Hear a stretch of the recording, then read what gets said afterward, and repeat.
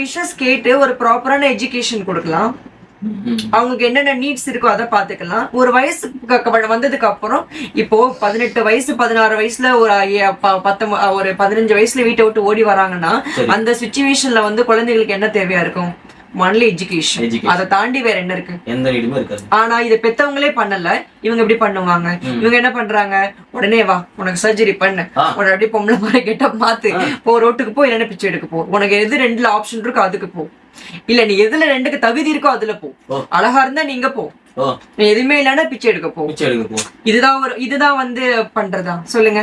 Correct. அப்போ அந்த மாதிரி பணம் வந்து என்ன பண்ணுவாங்க? நீங்க எடுக்கிற பணத்தை அவங்க அனுப்புறது எதுக்கு? பணத்தை எடுக்க தானே. எடுத்து நீங்க அவங்களுக்கு கொடுத்துருவீங்க. கொடுத்துதான் ஆகணும்ல. அவங்களுக்கு உங்களுக்கு ஏதாவது கொடுப்பாங்களா?